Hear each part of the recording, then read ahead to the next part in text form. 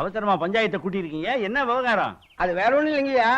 இத்தனை நாளா நம்ம வேலை ஊர்ல இல்ல, நம்ம ஊரு நிம்மதியா இருந்துச்சு. நேத்தா வந்தான், வரும்போதே ஒரு பிரச்சனையோட வந்துட்டான். என்ன பிரச்சனை? அது நிக்குது மூதேவி, அதோட பிரச்சனை தான். பக்கத்தூர் பொண்ணை காப்பாத்துறேன்னு சொல்லிட்டு கையை பிடிச்சு எழுதிட்டான்.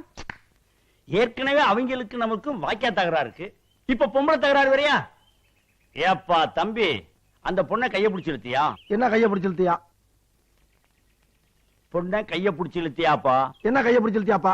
என் தம்பி, பக்கத்தூர் பொண்ணை கைய பிடிச்சு இழுத்தியா? என்ன கைய பிடிச்சு இழுத்தியா?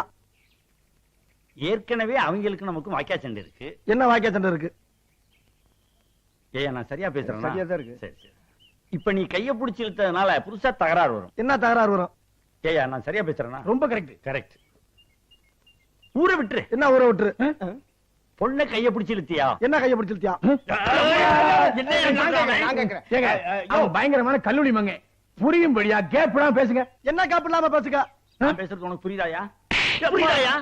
உனக்கு புரியுதாயா? புரியுது. கைய பிடிச்சு இழுத்தியாடா? என்ன கைய பிடிச்சு இழுத்தியாடா? இருடா, என்ன இருடா?